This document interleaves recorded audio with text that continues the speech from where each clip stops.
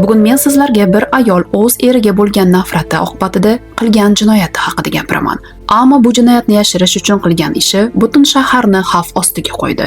Bu oddiy sevgi hikoyasi emas. Bu Stella Nikel va zahar bilan o'ynagan ayol haqida hikoya. Assalomu alaykum. True Crime hikoyalar kanaliga xush kelibsiz. Videoni boshlashdan oldin like bosishingizni, obuna bo'lishingizni va eshitganlaringizni unutmaslikka tayyor bo'lishingizni aytib o'taman. Chunki bugun men sizlarga bir ayolning ochko'zligi butun shaharni qanday zaharlagani haqida so'zlab beraman.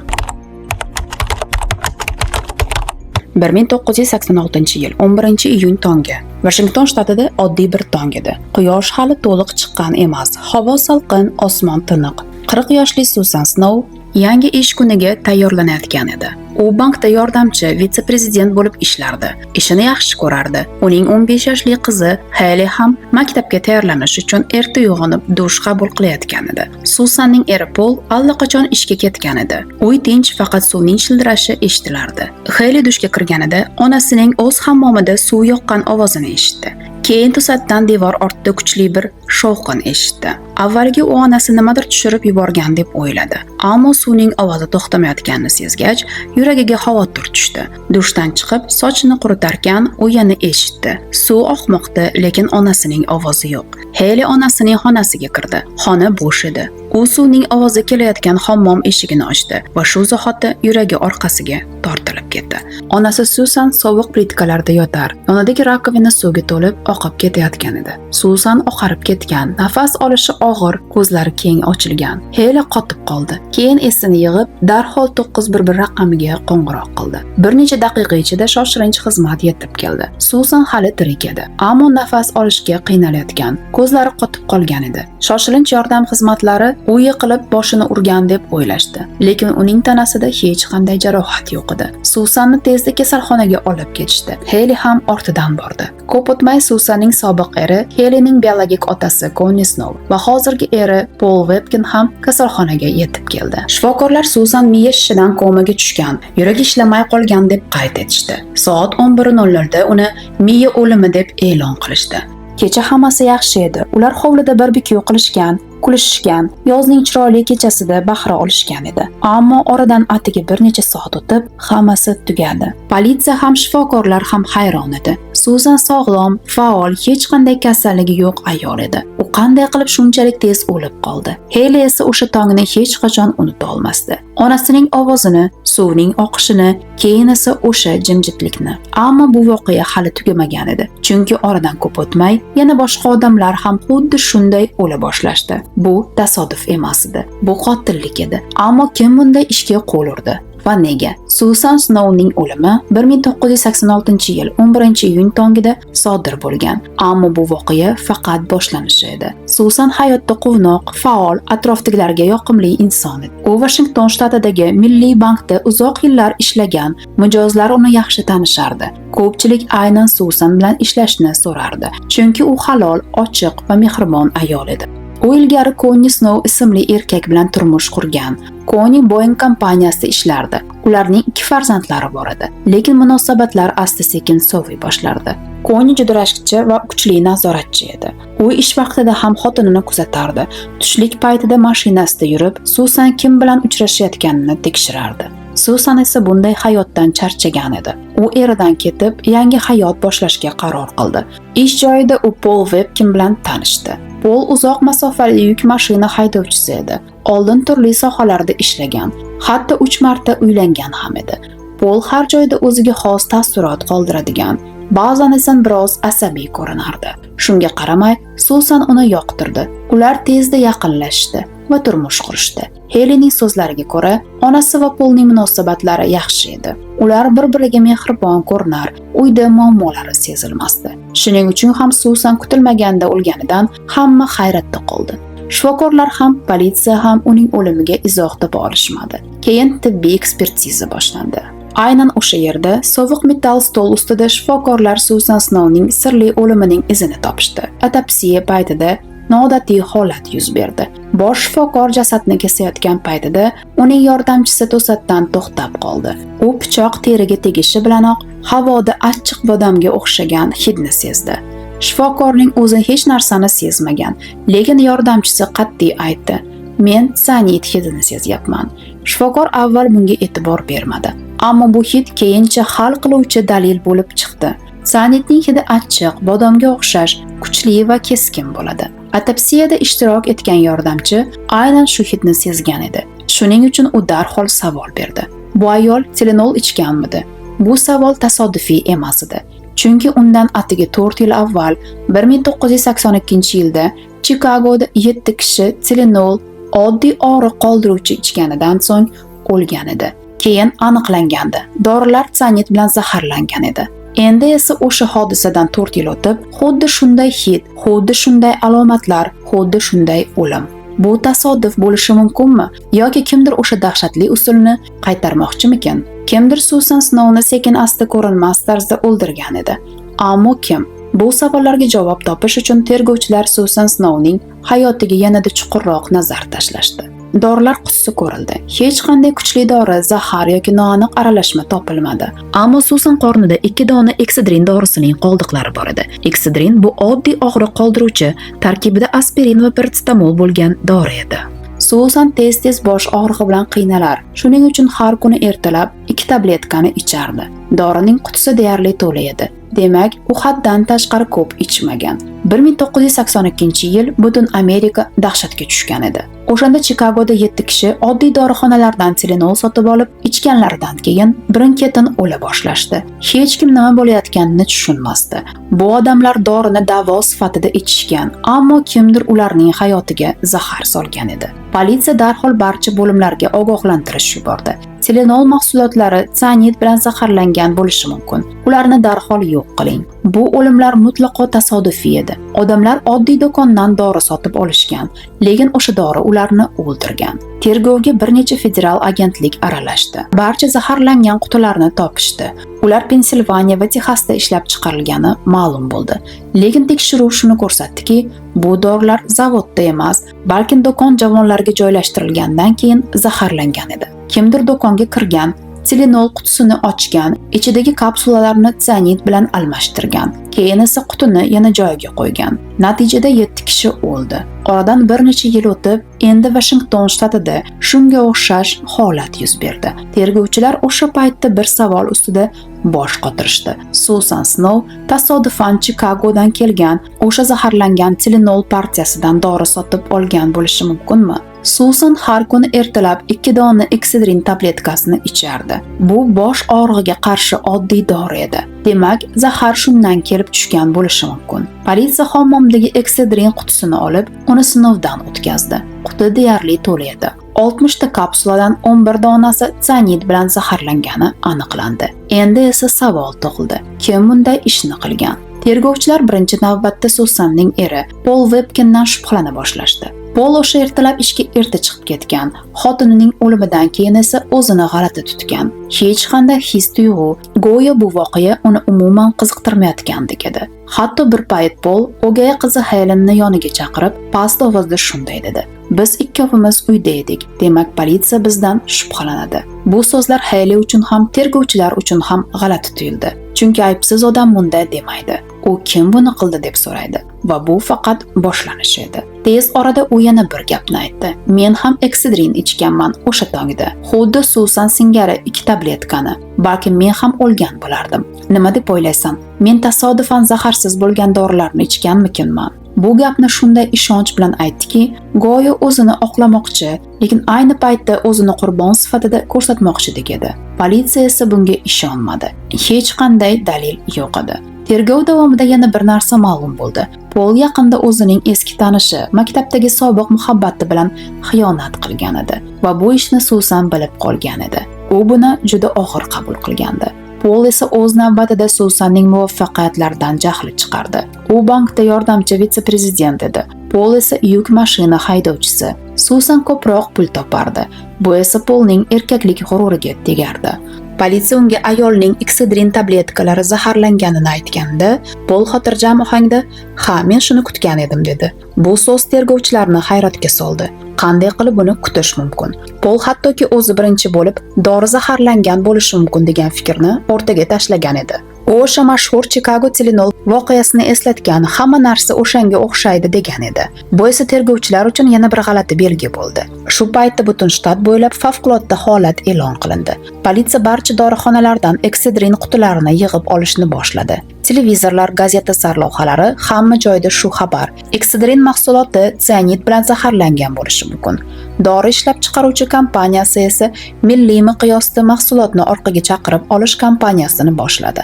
Bu ularga millionlab dollar zarar keltirdi. Ammo shunga qaramay, boshqa dorilarda zahar topilmadi. Faqat Susanning uyidagi qutida bor edi.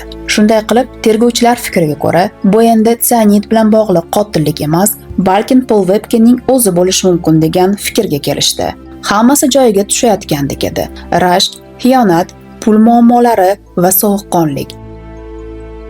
Ammo keyin 19-iyun kuni vaziyat kutilmaganda o'zgardi. Politsiyaga telefon qo'ng'irog'i tushdi. Go'shak ortida ayol kishining ovozi titradi. U yig'lab o'zini tuta olmay gapirardi. "Iltimos, menga yordam bering. Erim yaqinda vafot etgan. Endi yangiliklarda eshitdim. Eksidrin haqida, o'sha ayol haqida. Meni uyimda ham 2 quti eksidrin bor. Erim o'sha dorilarni ichgan edi. U ayol aytishicha, eri bir hafta oldin hech qanday sabab bo'lmasdan birdan o'lib qolgan edi.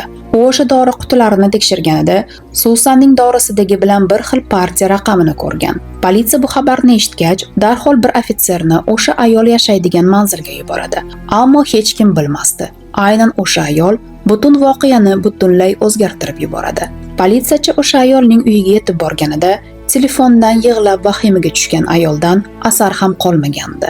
U sokin, hatto biroz sovuqqon edi. Yelkasini to'g'irlab, boshini biroz baland tutdi va jilmaydi. "Salom, mening ismim Stella Nickel." U kichik bir treylerda yashar, o'rmon orasidagi jimjitlikda yolg'iz hayot kechirardi.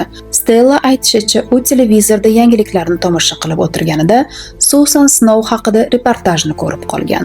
O'sha ayolning qanday o'lganini eshitganida yuragi to'xtab qolay degan. Chunki bu hodisa unga o'z eri Bruce Nickelning o'limini eslatgan edi. Bruce bir hafta oldin to'satdan o'lgan edi.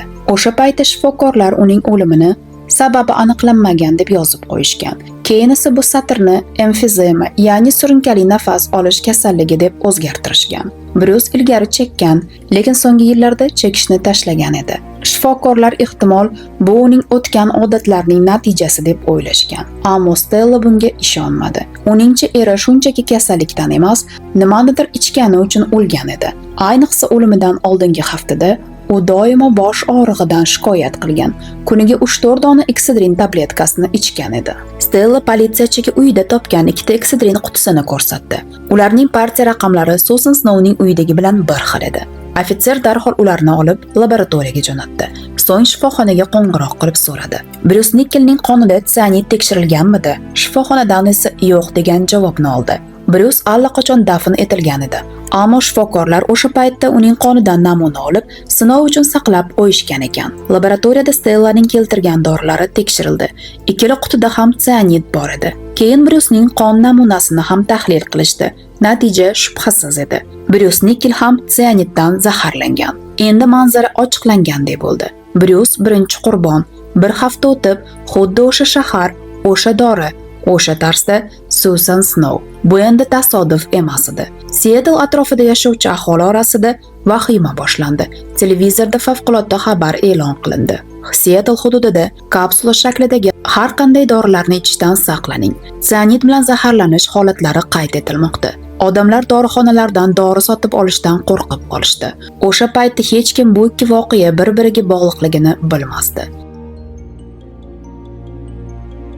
52 yoshli Bruce Washington shtatining transport boshqarmasida ishlardi. Oddiy mehnatkash, sokin odam edi.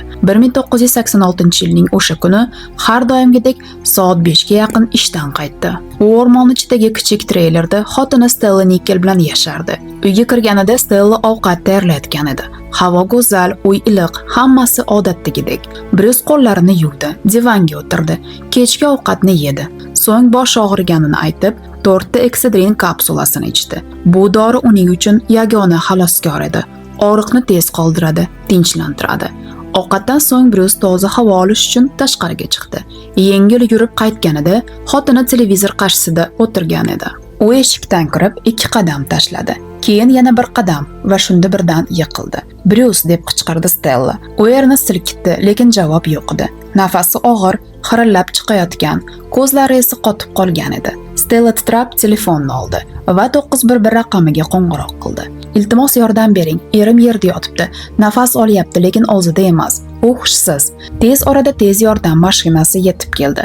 Bruce kasalxonaga olib ketildi, lekin o'sha kechaning o'zidayoq u hayotdan ko'z yumdi. Shifokorlar hech narsa topa olishmadi. Ular emfizema o'pka kasalligi deb qayd etishdi, chunki Bruce ilgari juda ko'p chekar edi. Ammo Stella bunga ishonmadi. U ich-ichidan nimadir noto'g'ri ekanligini bilardi. U bir necha bor kasalxonaga qo'ng'iroq qilib so'radi. "Sizlar yana tahlillar qildingizmi? Balkim u zaharlangandir." Ammo har safar shifokorlar bir xil javob qaytarishardi. "Yo'q, zaharlanish aniqlay olmadik. Bu o'pkasi bilan bog'liq kasallik natijasi."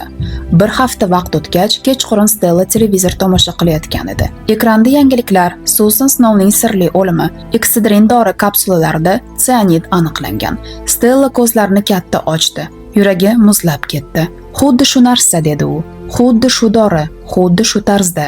Darhol politsiyaga qo'ng'iroq qildi. "Mening erim ham o'ldi. U ham Excedrin ichgan edi. Menda o'sha doridan 2 ta quti bor." Politsiya o'shanda darhol uning treyleriga borgandi. Politsiya xodimi va Stella gaplashib turgan vaqtda Stellaning qizi 20 yashar atrofidagi Cindy uyga keldi. U politsiyachilarga qarab tez gapirdi. "Onam Bruce'ga zarar yetkazmagan. Ular bir-birini juda yaxshi ko'rishardi. Hech kim bu gapni so'ramagan edi, lekin qiz shoshilib oqlamoqqa kirishdi." Uning so'zlariga ko'ra, Bruce bosh og'rig'iga chidamas, og'riq qoldiruvchi dorilarni ko'p ichardi. U ilgari ko'p ichadigan, lekin Stellaning talabidan keyin ichishni butunlay tashlagan edi. Cindy aytdi, "Onam va Bruce'da hech qanday muammo yo'q edi. Ular bir-birini sevar, xiyonat yo'q edi, pul uchun ham urushmagan." Politsiyachilar bosh irg'ashdi, ammo ichlarida nimadir g'alati tuyuldi.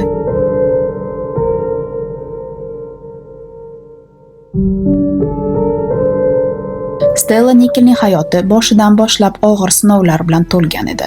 U zo'ravonlik hukm surgan, sovuq va beparvo bir uyda ulg'aydi. Onasi tez-tez erkaklarni almashtirar, ularning ko'pchiligi ichkilikka berilgan va tajovuzkor bo'lardi.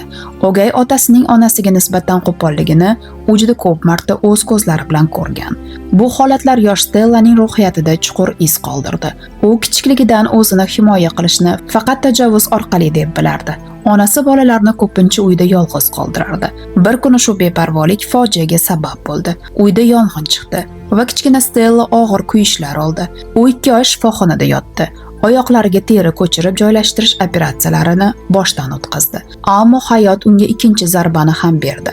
Oradan biroz vaqt o'tib, yana yong'in chiqdi. Bu safar Stellaning kichik ukasi halok bo'ldi. Bu yo'qotish uning hayotini butunlay o'zgartirdi. Stella o'sha kundan keyin hayotga ishonchini yo'qotdi. U juda erta ulg'aydi, kattalardek yashashni boshladi. Yoshligida u o'zidan ancha katta yigitlar bilan aloqada bo'la boshladi. O'sha erkaklardan biri unga nisbatan yomon munosabatda bo'ldi va Stella hali o'smirlik paytidanoq homilador bo'lib qoldi. U bola tug'ishga qaror qildi, lekin o'sha yigit bilan yashashni istamadi.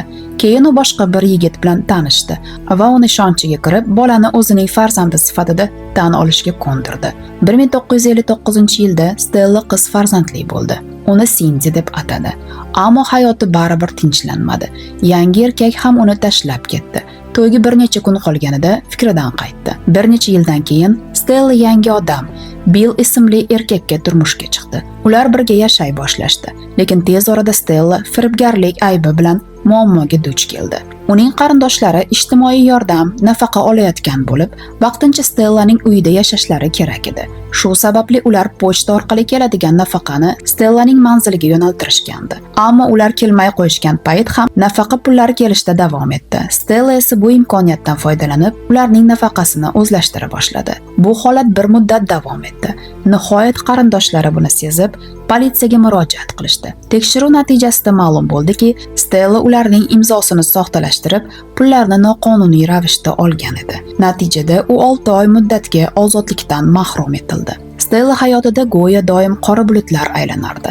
Har bir xatolik ortida yangi muammo kelardi. Ammo aynan o'sha davrda barda ishlayotgan bir kechada u Bruce Nickel ismli erkak bilan tanishdi. Bruce unga birinchi qarashda yoqdi. U esa unga iliqlik ko'rsatdi. Oradan ko'p o'tmay ular birga yashay boshlashdi. Stella, Bruce va Cindy kichik oila bo'lib o'rmon orasidagi treylerda yangi hayot boshlashdi. 1976-yilda ular turmush qurishdi va Stella erining familiyasini oldi. Stella Nickel. Vaqt o'tgan sayin hammasi o'zgardi. Stella har kecha barlarga chiqishni, yangi odamlar bilan tanishishni davom ettirardi. Bruce esa buni og'ir qabul qilardi. U ichishga berilib ketdi. Asta-sekin, lekin qat'iy. Har hafta yuzlab dollar spirtli ichimliklarga ketardi. Ularning oilasi tashqaridan tinch ko'rinsa ham, aslida ichkarida hammasi buzilib borardi. Brucening ichkilikka ruju qo'yishi hayotni yanada og'irlashtirdi. Stella esa bunga chiday olmay erini davolanishga yubordi. Dastlab bu yordam berdi. Bruce ichishni tashladi. Sog'lom hayot kechira boshladi, o'zini qo'lga oldi. Ammo bu holat Stellani xursand qilmadi. U ilgari kechgan shovqinli kechalarni, erining ichkilik paytidagi hayajonli hayotini sog'ina boshladi. Endi Bruce tinch, jiddiy, osoyishta odam edi. Stella uchun esa bu faqat zerikish degani edi. Stella ichidan eriga nisbatan norozilik, hatto darg'azablik sezdi. Bir kuni Bruce ish yuzasidan Alyaskaga ketdi. U ketgan zahotda Stella o'zini erkin his qila boshladi. Uning qizi Cindy va Cindyning yigiti Dave o'sha paytda u bilan birga treylerda yashashardi. Lekin tez orada Cindy va Dave orasida janjal chiqdi. Ular ajrashdi. Shunda Stella o'zini tuta olmadi. U qizining sobiq yigiti bilan munosabat boshladi. Bu nafaqat axloqan yomon, balki butunlay g'alati, hatto xavfli xatti-harakat edi. Bu munosabat Bruce ish safaridan qaytganida to'xtadi. Ammo u qaytgach, ularning hayoti yanada sovuq bo'lib qoldi. Bir necha hafta o'tib esa Bruce vafot etdi. Tergovchilar endi ikkita o'limni qo'lga olishgan edi. Bruce Nickel va Susan Snow. Ular bir-birini tanimas, ammo ikkovining ham tanasida sianid topilgan va ikkovlari ham eksidrin kapsulalarini ichgan. Avvaliga politsiya Susanning eri Paul Webkenni gumon qilgandi, ammo tez orada u to'liq oqlanib chiqdi. Uni faqat poligrafdan o'tdi. Uning 3 ta sobiq xotini ham Paul hech qachon odamga zarar yetkazmaydi. U shunchaki o'jar deb ko'rsatma berdi.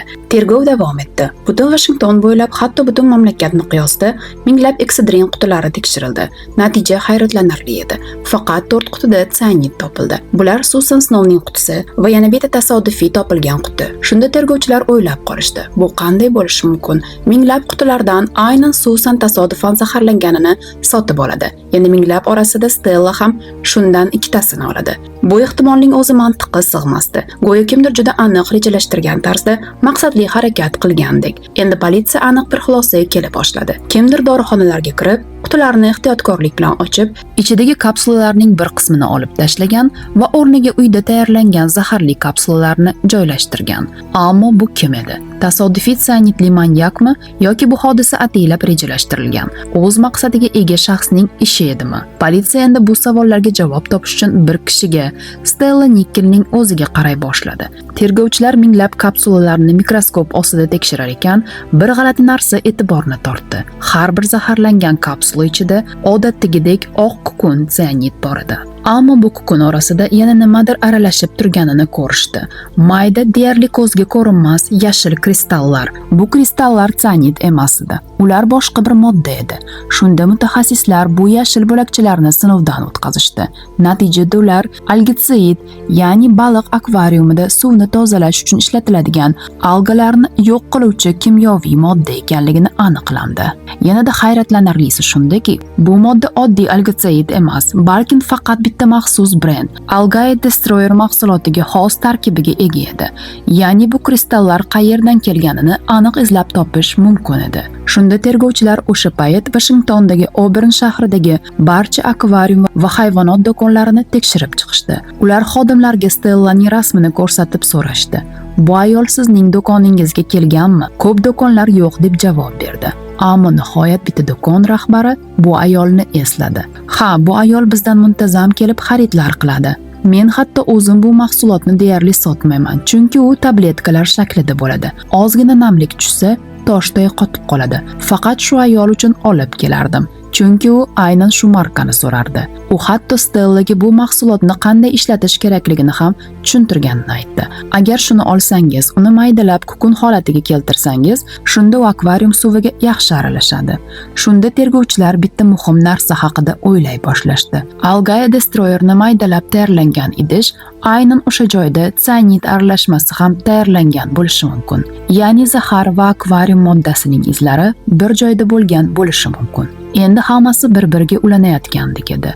Va eng qizig'i, agar Stella hech qachon politsiyaga telefon qilmaganida, hech kim u bilan qiziqmas edi. Uning o'zi politsiyani o'z eshigiga olib kelgan edi. Nega u o'zi politsiyani chaqirdi? Agar uchundan ham aybdor bo'lsa, nega o'zini xavf ostiga qo'ydi? Balkim u Susan Snowning o'limi haqida yangiliklardan eshitgach, o'zi zaharlagan dorilar yana kimnidir o'ldirishidan qo'rqqan va shuning uchun go'yo tasodifan politsiyani ogohlantirgandek ko'rsatmoqchi bo'lgan. Ammo bu ham mantiqqa to'g'ri kelmasdi. Agar u faqat erini o'ldirmoqchi bo'lgan bo'lsa, nega butun shaharni xavf ostiga qo'ydi? Nega boshqa odamlar ham olishi mumkin bo'lgan dorilarni javonga qayta qo'ydi? Bu savolning javobi keyinchalik aniqlanadi va u javob Stellaning asl niyatini ochib beradi. Agar bu ishni haqiqatdan ham Stella Nikkel qilgan bo'lsa, demak u yaxshi bilgan. Bu faqat bir odamni emas, balkim yana o'nlab, balkim yuzlab odamlarni o'ldirishi mumkin edi. Bu dorini har kim ichishi mumkin edi, hatto bolalar ham. Shifokorlar keyinchalik eslashdi. Bruce vafot etganidan keyin Stella tez-tez qo'ng'iroq qilib turardi. Sababini topdingizmi? Yangi natija bormi? Balkim bu tabiiy o'lim emasdir deb so'rardi u. Har safar unga bir xil javob berishardi. Yo'q, bu emfizema, o'pka ishlamay qolgan.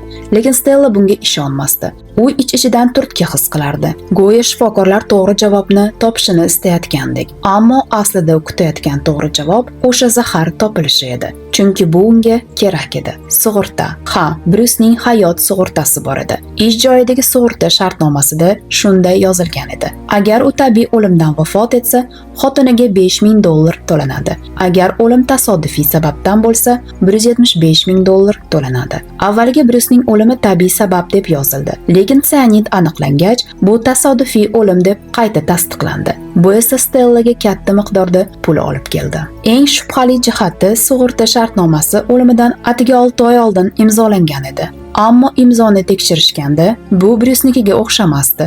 Soxta imzo edi. Stella esa ilgari qarindoshining imzosini soxtalashtirib, firibgarlik uchun qamalgan edi. Bruce va Stellaning moliyaviy ahvoli ham og'ir edi. Ular $20,000 dan ortiq qarz edilar. Ularning treyleri garovda edi. Bank aprel oyigacha qarzni to'lashni talab qilgandi. Ular esa sentyabrdan beri to'lov qilishmagan edi. Bankdan oxirgi ogohlantirish xati kelgach, Stella shunday javob yozdi: "Hurmatli janoblar, men to'lovlarni juda kechiktirdim. Buni bilaman. Buning sababi oilaviy muammolar edi. Ammo bu muammolar deyarli hal bo'ldi. Endi erim Bruce bu masalalarga aralashmaydi va men o'zim sizlarga bo'lgan ishonchni oqlashni xohlayman." Bu xat Brucening o'limidan 2 oy oldin yozilgan edi. Demak, muammo hal bo'lish arafasida bo'lgan. Stella nihoyat politsiyaga olib kelindi. U hammasini inkor qildi. "Men shunchaki ikkita dorini tasodifan sotib olganman" derdi u. "Hech kimni zaharlamaganman." Ammo u sug'urta hujjatlaridagi imzoni o'zi qo'yganini tan oldi. "Ha, imzoni men qo'yganman. Biz oilamizda hujjat ishlarini men yuritaman." Bruce bunga qarshi emas edi. Tergovchilar esa hayron edi. Atrofda 15 mingta eksidrin qutisi muomalada bo'lgan, ammo zahar faqat 4 ta qutida topilgan. Ulardan ikkitasi Stellaning uyida. Bu shunchaki tasodif bo'lishi mumkin emasdi. Dastlab Stella poligrafdan o'tishga rozi bo'lmadi. Keyin esa rozilik berdi. Ammo baribir dalillar yetarli emas edi. Stellaning qo'li dorilarga tekkani yoki ularni zaharlagani haqida aniq isbot yo'q edi. Hozircha hammasi taxminlar va ehtimollar bilan cheklanardi, to dalillar paydo bo'lmaguncha. Politsiya uchun hammasi ancha noaniq bo'lib turgan paytda, kutilmaganda Cindy Nikkel Stellaning o'z qizi ularga qo'ng'iroq qildi. Bu o'sha Cindy edi. Bolaligidan onasining doimiy g'azabi va urushlariga guvoh bo'lgan, ba'zan esa o'zi ham jismoniy zo'ravonlikni boshidan kechirgan qiz. Endi esa u politsiyaga murojaat qilayotgan edi. Cindyning bu qarori ortida ehtimol ikkita sabab bor edi. Birinchisi, onasidan yillar davomida ko'rgan zulm, Ikkinchisi esa dorilar kompaniyasi tomonidan e'lon qilingan $250,000 mukofot. Bu mukofot zaharlanish ishida hibsga olingan shaxs haqida ma'lumot bergan odamga berilishi kerak edi. Va Cindy onasi haqida bilgan hamma narsani aytishga tayyor edi. U telefon orqali shunday dedi: "Men sizlarga onam haqida bir nechta narsani aytib bera olaman.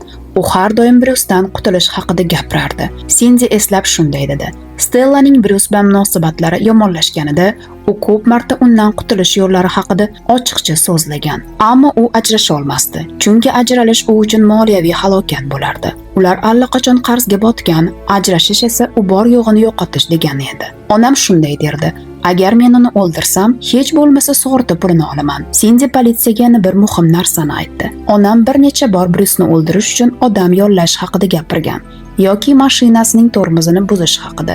Hatto kutubxonaga borib, zaharlar haqida kitob o'qishim kerak degan edi. Va bu so'zlar bejiz emas edi. Politsiya keyinchalik aniqladiki, Stella haqiqatdan ham jamoat kutubxonasiga borgan va u yerdan zaharlarning ta'siri, o'simliklardagi toksinlar haqida kitoblar o'qigan. Politsiya Stella borgan kutubxonaga borib, u olgan kitoblarni ekspertiza qilishdi va kitob sahifalarida Stellaning barmoq izlari ham bor edi. Ayniqsa sianid zaharlar haqida bo'lgan bo'limlarda. Cindy shuningdek aytdi: Stellani Chikagodagi Tylenol zaharlanishlari qattiq o'ylantirib qo'ygan edi. U shu voqeani tez-tez eslab, xuddi o'sha ishni qayta takrorlamoqchi bo'lgan. Uning maqsadi yonidagi odamni yo'q qilish edi. U shahardagi dorixonalar va do'konlarga sotiladigan dorilar orasida haqiqatdan ham zaharli kapsulalar solgan edi. Ammo Bruce'ga mo'ljallangani bu butunlay boshqacha, ancha sinchkovlik bilan tayyorlangan ish edi. O'sha kuni Bruce ishga ketgach, Stella oshxonaga tushdi. Javondan eksidrin qutisini olib, kapsulalarning birini ehtiyotkorlik bilan ochdi. Ichidagi oq kukunni to'kib tashladi va o'zining tayyorlangan zaharini, sianidni ichiga soldi. Kapsulani yana avvalgi holiga keltirdi. Hamma narsa silliq, iz qoldirmasdan bajarildi. Bruce uyga qaytgach, Stella unga beparvo ohangda dedi: "Bugun boshing og'riyaptimi? Mana eksidrin ich, odatdagidek yordam beradi." Bruce hech narsadan shubhalanmay kapsulalarni ichdi. Oradan bir necha soat o'tib, birdan yiqilib, divan yonida hushidan ketdi. 44 yoshli Stella Nickel o'z uyida hibsga olindi. Politsiya vakillarining aytishicha, u bir necha oy davomida kuzatuv ostida bo'lgan. Biroq to'liq va puxta tergov yakunlanmaguncha hibsga olish imkoniyati bo'lmagan. Bu voqea mahsulotga aralashib, inson o'limiga sabab bo'lgan birinchi jinoyat sifatida tarixga kirdi. Shu sababli ham ish nafaqat Stella, balki butun mamlakatda katta shov-shuvga sabab bo'ldi. Sud jarayoni boshlangan paytda Stella Nickelning harakati sovuqqonlik bilan ajralib turardi. U sud zaliga kirganida yuzida na afsus, na hayajon bor edi. Dastlabki federal tinglovda ham u bir og'iz so'z aytmadi. Faqat sudyani diqqat bilan kuzatib turdi. Go'yo hamma narsa allaqachon uning taqdirida yozilganini bilayotgandek. Uning sud jarayoni 1 yildan so'ng, aprel oyida boshlandi. Sud zalida Cindy Nickel, Stellaning o'z qizi, prokuratura tarafidan guvoh sifatida chiqdi. U onasining zahar va Bruce'dan qutulish haqida gaplarini, kutubxonadan zahar haqida kitoblar olganini va hatto ilgari o'simlik bilan zaharlashni sinab ko'rganini aytib berdi. Stella esa o'zini himoya qilish uchun guvohlik berdi. U o'z so'zida shunday dedi: "Men Bruce'ni yaxshi ko'rardim. Men hech kimga zarar yetkazmaganman. Ammo dalillar va faktlar qarshi edi. Tergov natijalariga ko'ra, aynan u erini sianid bilan zaharlangan, keyin esa jinoyatni yashirish uchun dorilarni shahar bo'ylab tasodifiy tarzda joylashtirgan edi. Lekin shu harakati bilan u butun shaharni xavf ostiga qo'ygani va natijada Susan Snow kabi aybsiz insonni ham o'limga olib kelgan edi. Susan shunchaki omadsiz edi. U Stellaning zaharlangan qutisidan dori sotib olgan. U bilgan edi, bu dorilarni yana kimdir ichadi, hatto bolalar ham. Lekin u to'xtamadi. Sudda prokuror shunday dedi: "Agar Bruce'ning o'limida sianid erta aniqlanganida, eksidrin kapsulalari o'z vaqtida javonlardan yig'ib olinar edi. Susan Snow bugun tirik bo'lardi." Ammo Stellaga farqi yo'q edi. U o'zining muammosidan qutulganini bilardi. Sud yakunida hakamlar hay'ati qarorni e'lon qildi. Stella Nickel 2 marta 90 yillik qamoq jazosiga hukm qilindi. Bu AQSh tarixidagi birinchi holat edi. Mahsulotga ataylab zahar solib, odam o'limiga sabab bo'lgan shaxsning sud orqali aybdor deb topilishi. Keyinchalik yillar davomida Stella o'zini aybsiz deb ko'rsatishga urindi. 2017-yil u shartli ozodlik so'radi, rad etildi. 2022-yilda esa sog'lig'i yomonlashgani uchun rahimli ozodlik iltimosi bilan murojaat qildi. Bu ham rad etildi. Bugun u hali ham Kaliforniyaning Dublin shahridagi ayollar koloniyasida. 82 yoshda. Jazo muddatini o'tayapti. U hanuzgacha aybsizligiga ishonganini aytadi. Lekin haqiqat shundaki, u bir odamni o'ldirdi. Boshqasini esa bilib bilmay yo'q qildi va shaharni o'sha yili sovuq vahima ichida qoldirdi.